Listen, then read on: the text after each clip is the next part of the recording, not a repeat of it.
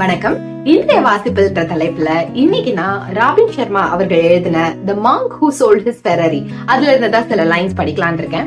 Actually படிக்கிறதுக்கு முன்னாடி இந்த புக்கை பத்தி கொஞ்சம் பேசி ஆகணும். நான் படிச்ச செல்ஃப் ஹெல்ப் புக்லயே அகெயின் இன்னொரு வாட்டி கண்டிப்பா நான் படிக்கணும் அப்படின்னு நினைக்கிற ஒரே செல்ஃப் ஹெல்ப் புக் இதுதான். இது ஒரே ஒரு தடவை மட்டும் திருப்பி படிக்கணும்னு நான் நினைக்கல. டெய்லியுமே இந்த புக்கை நம்ம அடிக்கடி பாக்குற இடத்துல வச்சுட்டு எடுத்து அப்பப்போ ஒரு லைன் படிச்சிட்டு இருக்கிறது நல்லதுன்னு நினைக்கிறேன். பொதுவாவே செல்ஃப் ஹெல்ப் புக்னா தூக்கம் வரும், அப்புறம் பயங்கர அட்வைஸா இருக்கும், சொன்னதே திருப்பி சொன்ன மாதிரி இருக்கும். பட் இந்த புக்ல என்னன்னா ஒரு ரெண்டு பேர் இருக்காங்க, ஃப்ரெண்ட்ஸ் ரெண்டு பேர் இருக்காங்க. அதுல ஒருத்தர் பயங்கர பாப்புலரான லாயர்.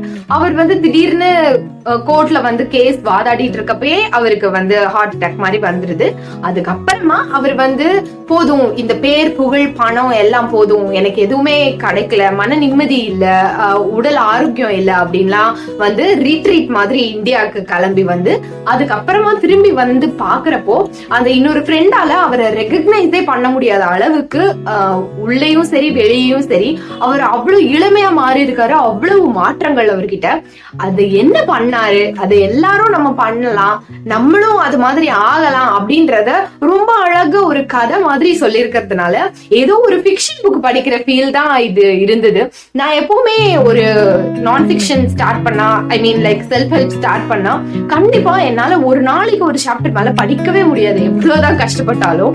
ஏன்னா அந்த இன்ஃபர்மேஷனை எடுத்துக்கிட்டு அதை என்னால அப்ளை பண்ண முடியணும், அதுக்கெல்லாம் டைம் ஆகும். பட் இந்த புக் எனக்கு ஒரு கதை புக் படிக்கிற மாதிரியே கடன்னு நான் என்ன ஒரு 2-3 டேஸ்ல முடிச்சிட்டேன் அப்படின்னு தான் சொல்லணும். சோ ரொம்ப பேசாம இப்போ இதுல இருந்து சில லைன்ஸ். ஆக்சுவலா இதுல எனக்கு ஃபோர்வர்ட் கூட அந்த ஆத்தர் முன்னாடி எழுதிருப்பாங்களா, அதுல கூட சில லைன்ஸ் ரொம்ப பிடிச்சிருந்தது. Ultimately, even the longest life is pretty short. Correct தானே? எல்லாமே சீக்கிரமா முடிய போற வாழ்க்கை தானே. Real generosity toward the future consists in giving all to what is present. Correct. எப்பவுமே இதுவும் நிறைய செல்ஃப் ஹெல்ப் புக்ல நீங்க படிச்சிருப்பீங்க. பிரசன்ட் இருக்கணும், மைண்ட்ஃபுல்னஸ் இருக்கணும், நம்ம தாட்ஸை கவனிக்கணும் எல்லாமே. பட் இத கதையோட நீங்க இந்த புக்ல படிக்கிறப்போ ரொம்ப நல்லா இருக்கும்.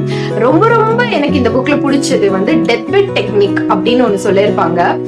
என்னன்னா, shortly after you have awakened, go into your sanctuary of silence, get still and focused. Then ask yourself this question: what would I do today if today was my last day? இதுதான் அது, அந்த death bed technology. So இது நான் நிறைய வாட்டி இந்த book படிச்சு இம்மீடியட்டா கொஞ்ச நாள் அப்ளை பண்ணி பார்த்தேன். ஏதாவது ஒரு சண்டை நடக்க போகுது, இல்ல ஏதாவது ஒரு வருத்தமான விஷயம் நடக்க போகுது அப்படின்றப்போ இது என்னோட லாஸ்ட் டேவா இருந்தா would I give a damn about it?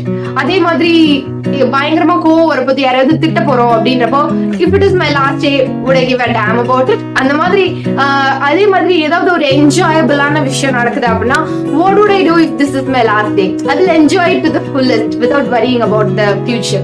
So அந்த மாதிரி நிறைய விஷயத்துல இந்த புக் எனக்கு ஹெல்ப்ஃபுல்லா இருந்தது. கண்டிப்பா எல்லாரும் படிக்க வேண்டிய புக்கு இது. ஒரு செல்ஃப் ஹெல்ப்னு நீங்க நினைக்கவே மாட்டீங்க படிக்கிறப்போ. ஒரு கதை புக் மாதிரி தான் இருக்கும்.